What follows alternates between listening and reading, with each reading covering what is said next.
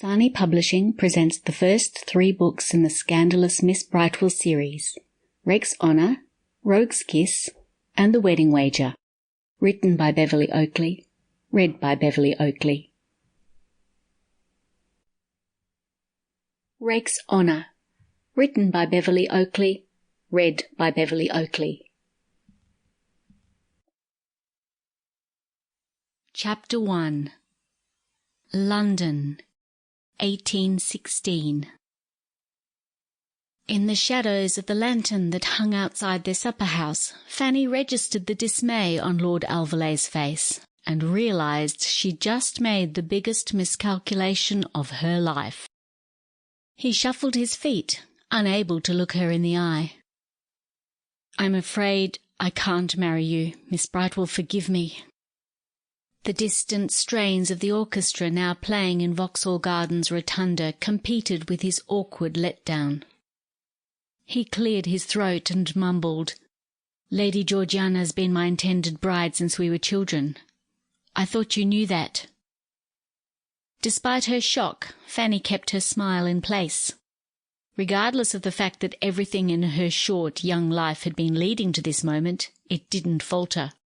If there was one thing her mother had taught her, it was that dignity must be maintained at all times.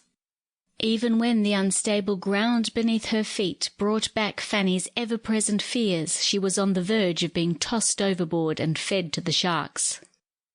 Her mother would do it too. Carefully she drew in a breath while tears stung the back of her eyelids. The future, which a moment before had seemed so full of glorious possibilities, now seemed like a black void ready to swallow her. Or, at least, it was waiting, with barely concealed impatience, to sweep her into a morass, destroy her youth and beauty, and then spit her out and cackle at the destruction of her feeble hopes and dreams. For Fanny had just failed in her most important mission.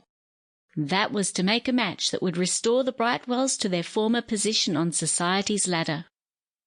And now she must accept her fate, marriage to that other odious creature who'd got into Lady Brightwell's ear, and made her a bargain she couldn't refuse.